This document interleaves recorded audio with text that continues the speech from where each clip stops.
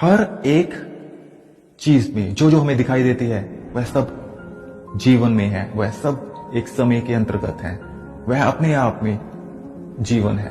और ये कहीं ना कहीं ये अपने आप में जीवों को दिखाता है सूक्ष्म तल पे। तो दूसरा जो पड़ाव है वो है जीव आत्मा। जीव आत्मा को समझने से पहले हमें यह समझना पड़ेगा कि यह एक चेतना का खेल है, ये एक माया का खेल है, ये एक प्रकृति का खेल है। यहां पे बड़े बड़े संत लोग घूम जाते हैं माया के चक्कर में, और जैसे ही जो अभ्यासी है उसकी चेतना का विस्तार होता है वह लोक परलोकों की बातें करना शुरू कर देता है, परम धामों की बातें करना शुरू कर देता है, लेकिन वह स्वयं के मूल स्वरूप से अभी भी वंचित है, क्योंकि उसे भिन्नता दिखाई दे रही है।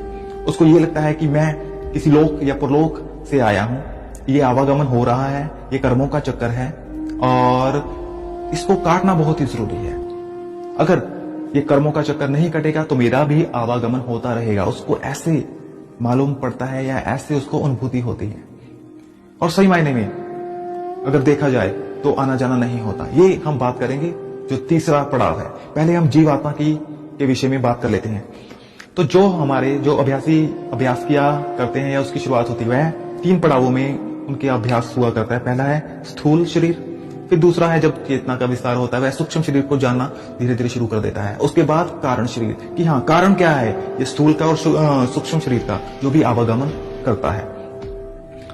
यह कहीं ना कहीं माया का ही स्वरूप है। जिस जिस पड़ाव पे, जिस जिस तल पे, जिस जिस आयाम में आपकी चेतना का विस्तार होगा उसी उसी आयाम की आपको उसका ज्ञान आना शुरू हो जाएगा। आप उसी लोक परलोक की बातें किया करना शुरू कर दोगे। आउट ऑफ बॉडी एक्सपीरियंसेस हो जाएंगे। शरीर से आप खुद को, अपने स्थूल को देखना शुरू कर दोगे। आपको लगेगा कि मैं शरीर से कुछ भिन्न हूं। तो जैसे जैसे आपकी साधना पे ये चीज डिपेंड करती है कि किस साधना में किस आयाम तक आपकी पहुंच हो चुकी है चेतना की। ये कहीं ना कहीं एक और चीज बता दूं कि जो ये चेतना है, ये चेतना को ही कई जो संत लोग हैं वो आत्मा का दर्जा दे देते हैं। ये तो आत्मा है, ये तो रूह है, ये तो सूरत है।